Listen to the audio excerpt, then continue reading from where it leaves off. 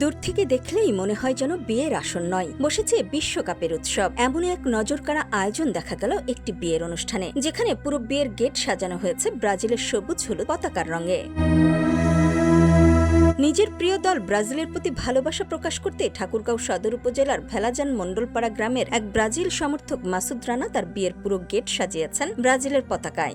আমি ছোটবেলা থেকে ব্রাজিল সাপোর্ট করি, যখন ক্লাস 3-তে পড়ি, যতগুলো ব্রাজিল খেলা হয় আমি ততগুলো ম্যাচই দেখি, ব্রাজিল সাপোর্ট করি, নেইমারের ফ্যান।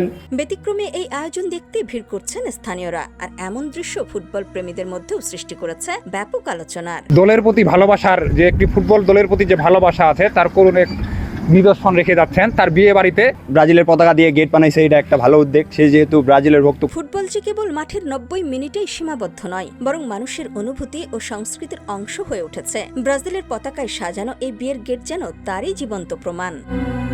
নিউজ ডেস্ক, সোনালী নিউজ।